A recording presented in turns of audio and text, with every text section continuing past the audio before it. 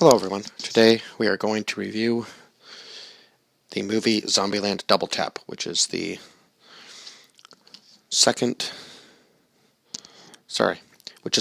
movie in the Zombieland movie series. Wow, these headphones are just cut out did the brake mold back together or something weird? Anyhow, just feels like it's actually on my ear properly this time around. So what was I saying? Yes, Zombieland Double Tap, the second in the Zombieland movie series.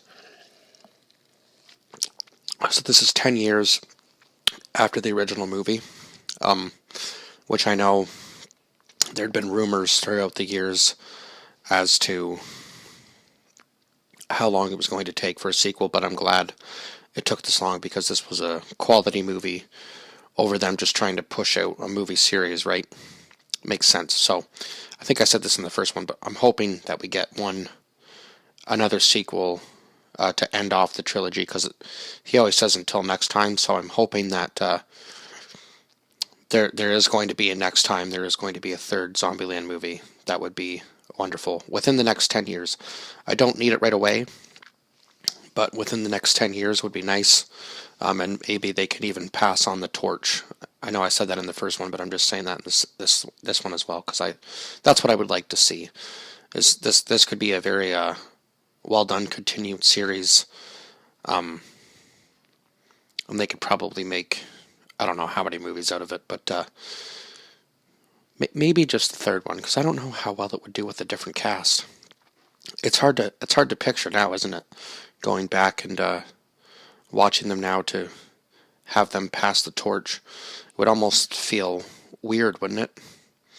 But I mean, I guess Abigail Breslin could potentially carry on with the series, because obviously Woody Harrelson and the rest of them are going to get older, and eventually they're just going to die of natural causes, so it almost makes sense. In a way, Abigail Breslin finds younger people, and it just kind of continues on the series. Now, I'm not saying a huge amount of movies, but maybe 2 more, something like that. If they did it every 10 years, that would work, because we wouldn't get one till 2029 again, and then we wouldn't get another one till 2039. So, yeah, I'd be much older by then, but I'd still be enjoying these movies very much. So anyhow, this movie starts out right where it left off. Well, I shouldn't say right where it left off, but 10 years down the road. And obviously it's been a while since we've seen the Zombieland crew, so as you could guess, and I'm glad they did this with this movie, because a lot of zombie shows and movies, besides obviously Resident Evil, so we'll leave that out of the picture, tend to just have the same set of zombies over the years, and they just never evolve or anything, but these ones did. So obviously we have our, I would just say run-of-the-mill zombies. They call them homers, so they're kind of like I guess the bottom of the barrel zombie. They don't really care about the hunt so much, I guess, unless they can really get a hold of you. They're kind of the lower end of the zombie chain. Let's just go with that. And then we have one level above. They call them Hawkings, because they have a little bit of their brain power left, enough to at least get the kill at the end of the day, because it shows the one female zombie bite the eye out of the guy and use it to scan the scanner to get into the laboratory that this guy's in to kill him after he's locked himself in it. And then we have the third new breed of zombie called a ninja. I guess they're super quiet, obviously super fast from the looks of it in the movie. And I guess the last thing you hear is your own screams, so that sounds kind of terrifying. One thing that I did forget to mention from the first movie, I do believe, going into the second movie, is they have the kill of the week thing in the movie. This movie definitely, let me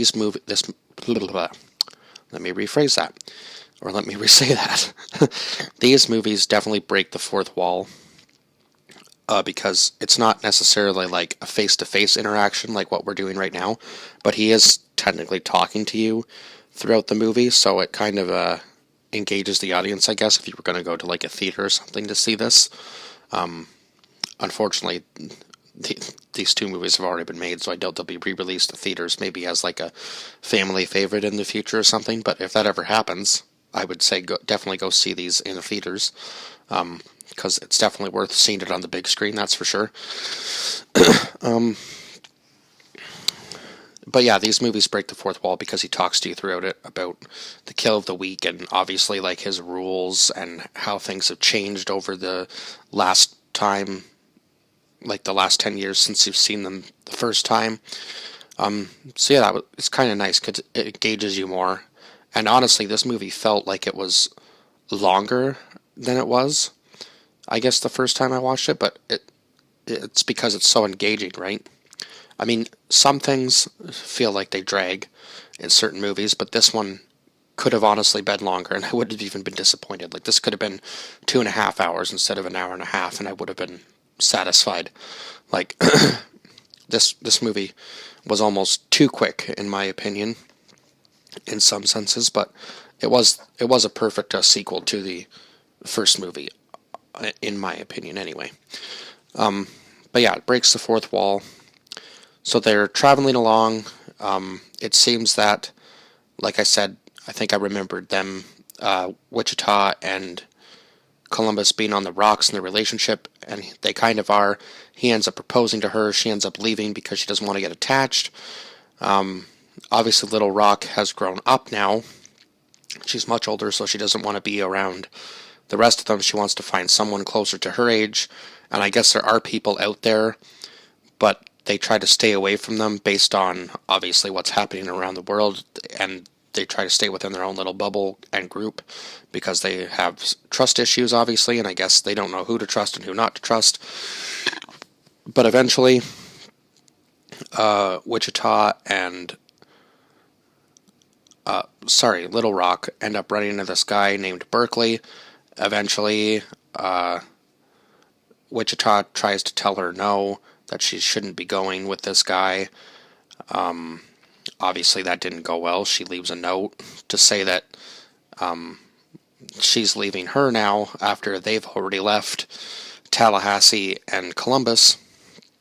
So Columbus and Tallahassee, after 3 weeks, it shows them in this mall. They end up finding this girl named Madison, who obviously uses her real name, which isn't, I guess, technically smart, because then you kind of gain attachments in a weird way, which obviously Columbus does, because I guess that was kind of like his rebound, because he ends up sleeping with Madison, and then Wichita comes back to get weapons, and that was kind of like her way of saying she wanted to be with him, but then Madison gets in the way of that, and at one point it looks like she was turning into a zombie due to her nut allergy from the trail mix that she ate. So they leave her behind, and it looks like Columbus has shot her, but it turns out he shot over her head to scare her away, because I guess he didn't want to kill her, obviously, because he'd made that connection with her in some sort of way. So then later down the road, they end up running into her again, and they find Babylon, where Little Rock had went with, God, what was his name? Berkeley, right. And they don't use any weapons. They melt them all down. They're hippies, basically, is what they are.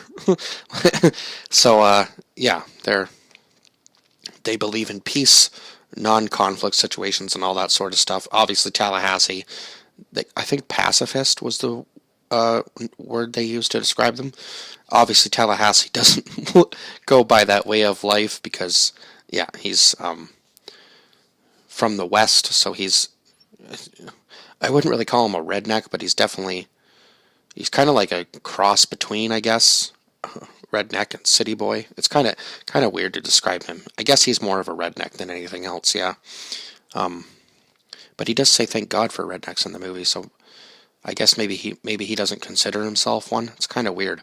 But anyhow, Before I get into the scene at Babylon, I wanted to touch on the fact that there was talks of these new zombies, and they run into one finally when they're trying to get a new car instead of the minivan that they have. I guess has better protection, so they're trying to get like this mobile home trailer type thing. Anyway, they end up getting a flat, so they have to go back to the van. But in this scene, they end up running into their first T-800, and the T-800s basically lock onto a target, and they don't stop until you've literally like obliterated them completely almost, it seems. They can survive quite a bit more than the other types of zombies. So the double tap rule doesn't work anymore, because Tallahassee literally unloads about 4 or 5 clips into this thing before finally stomping on its head to kill it. So that was pretty crazy. So then Tallahassee sees that Little Rock is safe in Babylon, so he's ready to leave and go on about his own way again, because he really doesn't have, I guess he doesn't feel like he has anything left in that group. As long as Little Rock is safe, he's going to be happy, so he can go on with his own life and hunt the way he wanted to hunt the zombies, I guess, because he's a lot more aggressive in his approach, and he probably knows eventually it would lead to one of them ending up dying. So I guess if he goes out in a blaze of glory by himself, he doesn't feel quite as bad about it. But on his way leaving, he ends up hitting one of the T-800s, and then he sees like a whole swarm of them going to Babylon. So he comes back and says, hey, like, there's zombies coming, we need to get ready. They try to blow them up, that doesn't work. So Nevada, who they ran into on their way trying to find Little Rock, ends up coming in to save them. She ends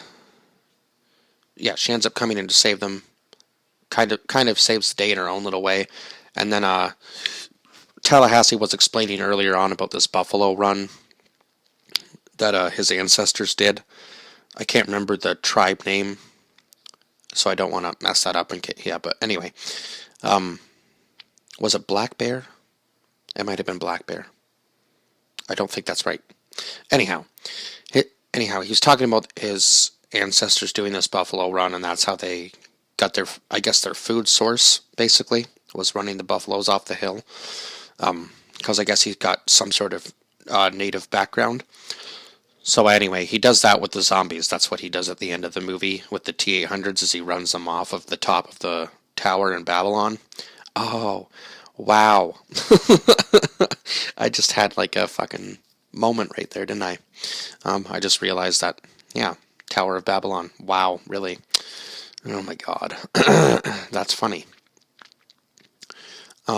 Anyhow, where was I going? Yeah, so that's what he does. He does like the buffalo run with the T-800s at the very end of the movie to kill them all, because it seems like nothing else is doing the trick. And then Wichita says yes to Columbus, so then they get married. They ride off into the sunset with, I'm assuming, what was a T-800 following them. I'm not really sure. But anyhow, during that scene where he's proposing this, Homer comes up and like walks right past him and off the ramp completely. Yeah, they're not the brightest bulbs in the zombie shed, I guess you could say. But anyhow, I think I've covered everything. Obviously, this movie was funny. I think it might even have been funnier than the first. I mean, the humor's changed quite a bit since then, but they kind of, I would say they mainly stuck. Maybe this movie was, I think I like this movie better than the first one, to be honest, just because there was so much hype behind it for so many years, and we were waiting and waiting and waiting, like, when is it going to come? And then 10 years later, it finally comes. So I think maybe that had something to do with it, just me enjoying this film more than the first one. But yeah, 10 out of 10 on this film for sure. There was something else I was going to touch on, but now I can't remember what it was.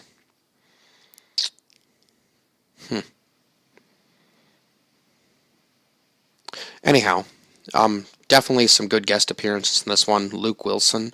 Oh yeah, they have the Bill Murray scene at the in the end credits. Him talking about Garfield 3, which I looked up and isn't even a thing, but that's how it all started. Though one of the interviewers ends up getting sick, and then he just fights all the zombies, and he says, "I hate Mondays," and I guess that's because one of Bill Murray's regrets was doing the Garfield movie series. At least that's what he says in this movie, anyhow. But yeah, that was one of the things that Nevada said, that Marine was a thing, because somebody killed Bill Murray by shooting him because they thought he was dead, so now that's what they call it. And she basically said to Columbus if she ever finds the guy who did it, that she would kill them. So Columbus goes, yeah. Meanwhile, he knows that it was him anyway, so yeah, it was just, those interactions were funny in this movie for sure. And whoever was the Luke Wilson and the other guy that were paired up, I can't remember their names, which I should be able to remember the one guy's name, but anyhow, they end up turning into T-800s when they decide to go outside themselves and try to kill them. So yeah, that was probably one of the better scenes in the movie, because you realize when they've both been bitten that, they're going to turn into T-800s too, and is anybody going to survive in this situation? But anyhow, they do, and yeah, like I said, they ride off into the sunset at the end, and that's all I have to say, because I've gone on for 16 minutes, but this movie was just so good, and it feels like there's more that I could probably touch on, but I'm going to leave it at that. So please like, share, and subscribe, and comment down below your thoughts on this film if you've seen it. If not, definitely go watch it, and I will see you guys in the next one. Bye-bye for now.